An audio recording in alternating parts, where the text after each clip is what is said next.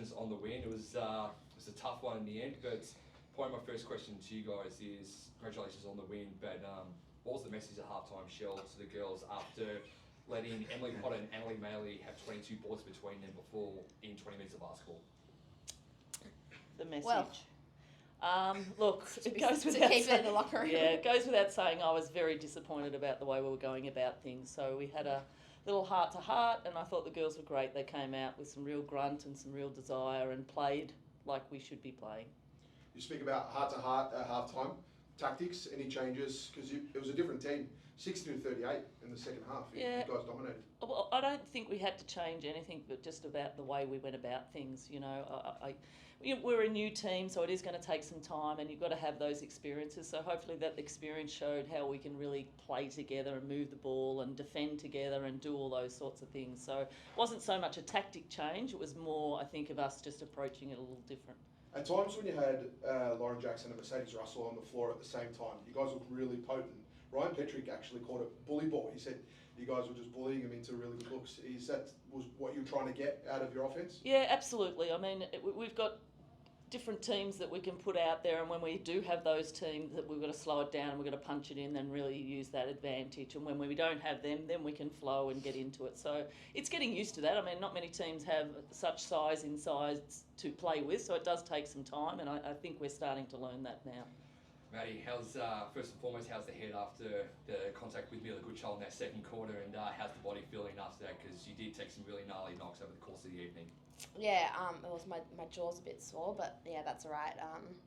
Body's fine, knees holding up, so yeah, I mean, it's just good to get the win, especially with how we started that game. So to come out on top is a good credit to the team. Yeah, obviously the next game against the Caps away, 2nd of December. You get a bit of a break. What does that break look like? What do you take away from this to work on in between now and then? Well, I'm actually really keen for next week. I don't know if the players are, but we really haven't had much time to train because we've done the Canberra Townsville and then we did Adelaide last week. So it'll give us some time to be able to train and hone a few things and work on a few things. D-Trans might have to be one of those as well. So we'll use the week to get better. Chatting to Ryan, called that double timeout last quarter. Defensively, what were you looking for? He actually mentioned, he goes, I've seen Cheryl coach a lot, and I was worried about what defence she was going to go with. What was your thoughts on that last quarter? Well, I think the biggest thing was to stop the three. We were happy to go to overtime, but we weren't happy to lose the game. So it was really about switching out and making sure that we didn't give any threes away. Bit disappointed that they got some offensive rebounds, but sometimes you just got to, win it in an ugly phase at the end. And also, I think the one thing that really stood out to me tonight for you guys is the points in the paint.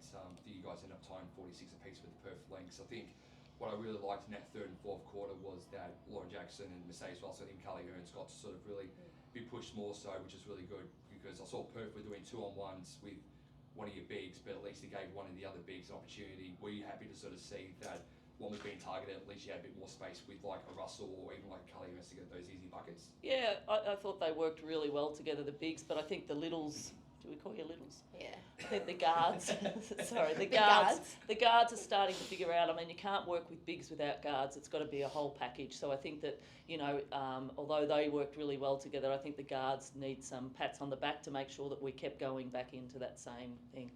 And probably going to ask a stupid question, but Jasmine Dickey, that shot that was disallowed in the third quarter, do you think it was a two-pointer? I feel like it was, but I mean, it's really hard to tell, in time. Do I get in trouble for saying that? Well, there's no review, so it doesn't matter. Yeah. It looked like it was to me, but, I'm just going on what I saw.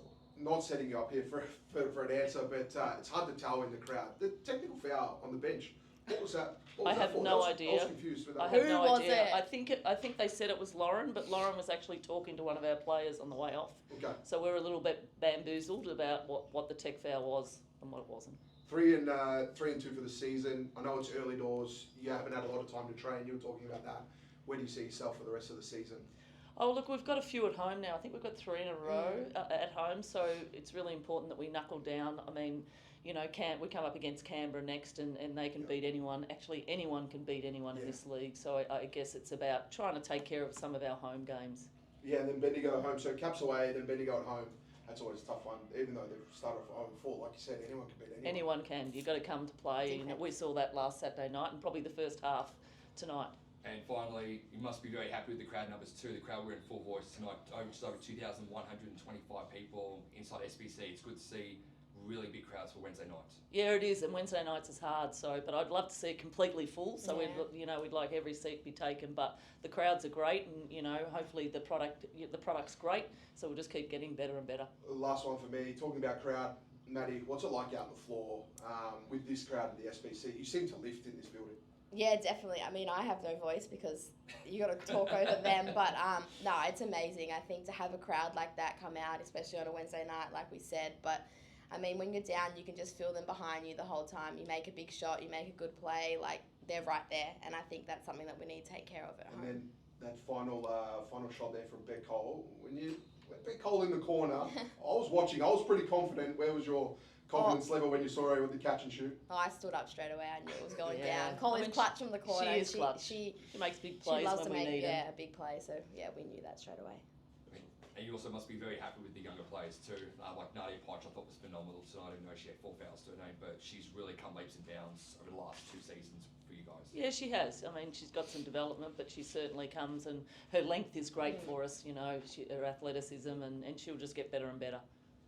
That's it for me. Thanks so much, guys. Thanks, guys. Maddie. Thank you.